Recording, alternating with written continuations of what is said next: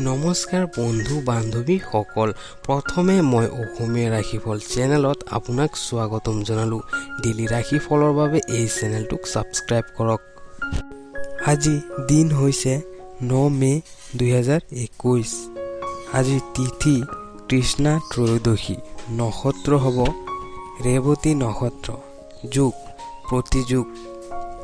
আজিৰ দিনটোত যদি কোনোবা ব্যক্তিয়ে জন্মগ্ৰহণ কৰে তাৰ জন্ম ৰাশি হ'ব মীন ৰাশি। আজি মই এই ভিডিঅ'টোত ক'ম কৰ্কট ৰাশিৰ আজিৰ দিনটোৰ ৰাশিফল। আজি 9 মে 2021। খোল খাই থকা বস্তু নাখাব, নহ'লে স্বাস্থ্য বেয়া হ'ব পাৰে। প্ৰয়োজনতকৈ অধিক সময় পইচা মনোৰঞ্জনত খৰচ নকৰিব। এক ঘনিষ্ঠ আত্মীয় নিজৰ বাবে আপোনাৰ অধিক যতন ল'ব। অৱশ্যে তেখেত বহুত সহায়কাৰী আৰু খবৰ লৈ থকা বিধৰ মানুহ হ'ব। আজি আপুনি চাৰিওফালে প্ৰেম বিলাই ফুৰিব। এইটো তেনেকুৱা ভাল লগা দিনবোৰৰ এটা দিন, যিদিনা আপোনাৰ কৰ্মক্ষেত্ৰত আপোনাৰ ভাল অনুভৱ হ'ব।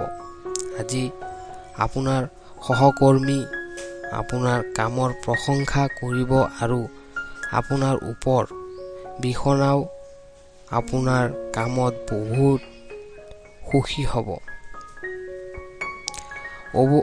ব্যৱসায়ী সকলৰো আজি ব্যৱসায়ত লাভৰ যোগ দেখা গৈছে।